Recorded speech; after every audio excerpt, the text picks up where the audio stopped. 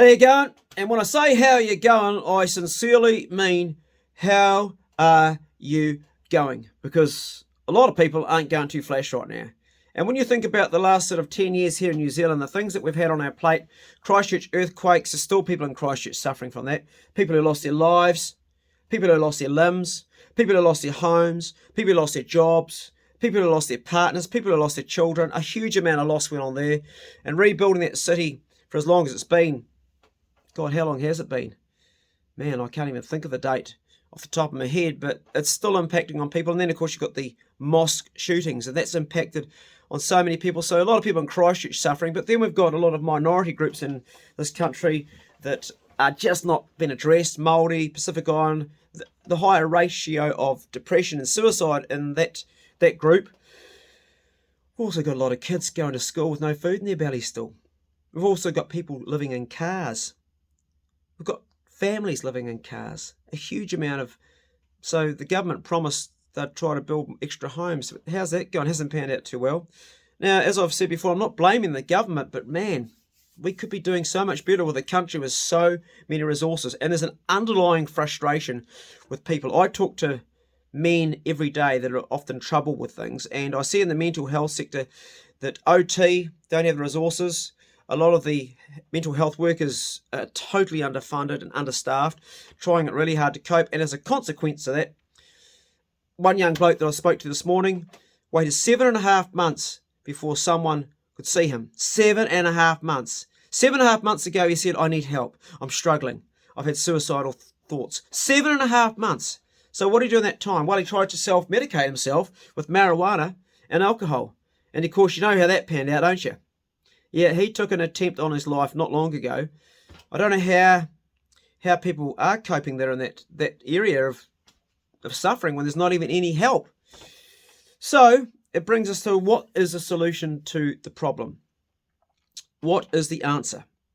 It goes back a long, long way, because most of the people that suffer bad mental health, majority, not everybody, but a lot of them started off in bad family situations where they were either abused physically, emotionally, mentally, sexually, any which way they're abused, and then they've suffered that abuse, and as they've grown up, they haven't had a voice.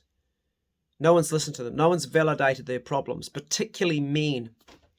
So there's one area. We also have a lot of mental health issues in the rural sector where farmers are just struggling so much to try and be farmers because of all these taxes and things on top of it. Those guys are carrying a huge weight. And sometimes when you're middle of buttfuck nowhere working on your tractor and you're by yourself, it just might be just as easy to top yourself. And it happens, sadly. Then we've got youth suicide on the up. And I know all about that because I lost one of my dear young blokes I look after this year, one of the closest to me. And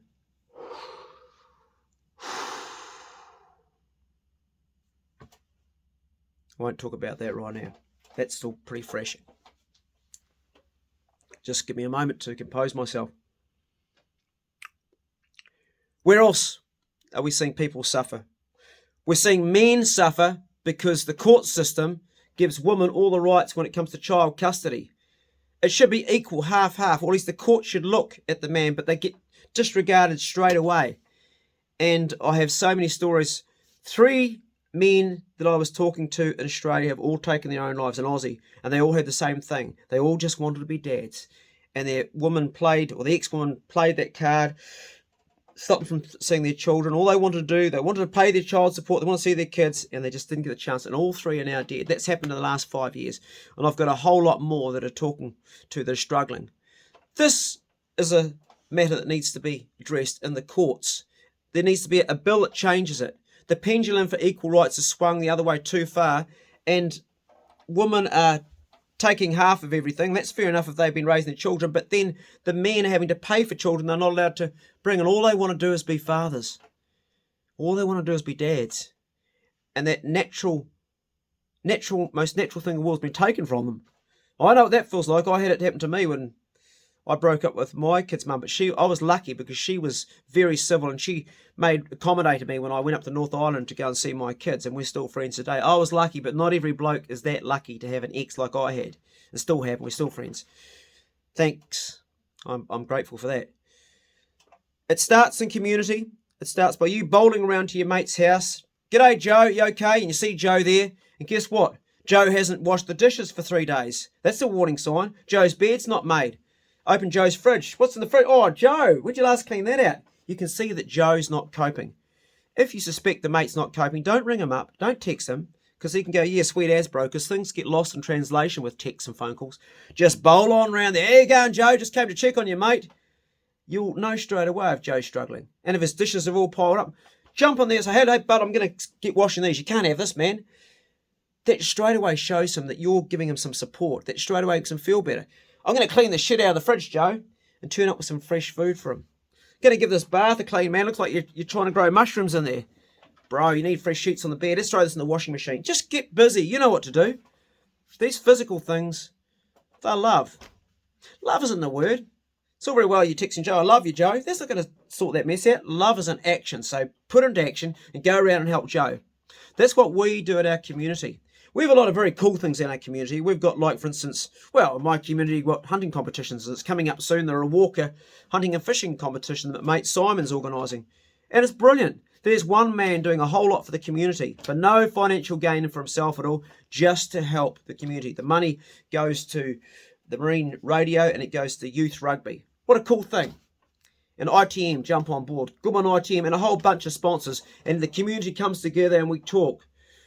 Let's not drink too much at that hunting competition, because sometimes it's a bit of biffo when egos get too strong in males. But overall, it's a good thing. Community, community, community. But it starts at the grassroots of family. And where there's abuse, it needs to be addressed. Where there's been hurt, it needs to be validated. Victims need a voice. I don't see that all the money the government's spending happening on putting something into place for these things I brought up. And I'm only scratching the surface of some of the problems. It goes a lot deeper than this. But it's a start. So I'll leave you with a bro check video saying if you suspect there's a brother or a sister somewhere that's struggling a bit, just bang on round and see them. I do it regularly. I always take some wild pork and go around, hey, got some meat for you, bro. And then by accident, I can find out these things that are wrong and I can help them. I've got to go because my dog needs to be fed. Pace. I hope you guys are keeping well. There he goes. Look, he's actually made it inside the bedroom in a warehouse box because he's so small. Good dog. And I've got my washing in here because it's rainy and the weather hasn't stopped.